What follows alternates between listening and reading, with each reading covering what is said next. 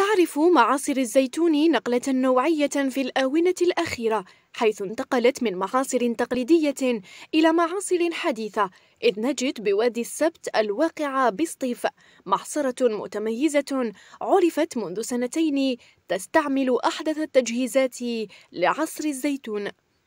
المعصرة هذه عندها عامين اللي حطيناها هنايا، والحمد لله مبوع عندها سمو سلام تزين براهم وخلان بنور سلام بن ابراهيم يجيو الناس يرحيو هنايا، وما كاش اللي ما يعرفهاش، هما يعني ناس طيبين، يعني ما اللي يجي يرحي عندك ولا ما عندكش ما يحوش عليك مره.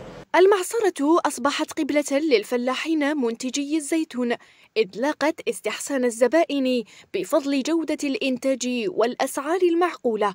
وتتميز المحصرة الحديثة بالسرعة في تلبية طلب الزبائن مقارنة بالمعاصر التقليدية. هذا السنة تاع الموسم هذا موسم على العموم ضعيف،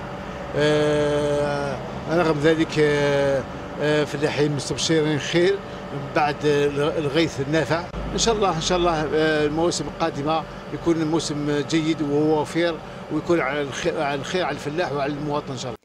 استحداث معاصر حديثة وتعميمها وطنيا هو ما يأمله المواطنون والفلاح بشكل خاص، سيما وأنها تساهم في تقليل الجهد واستخراج منتوج الزيتون بجودة عالية.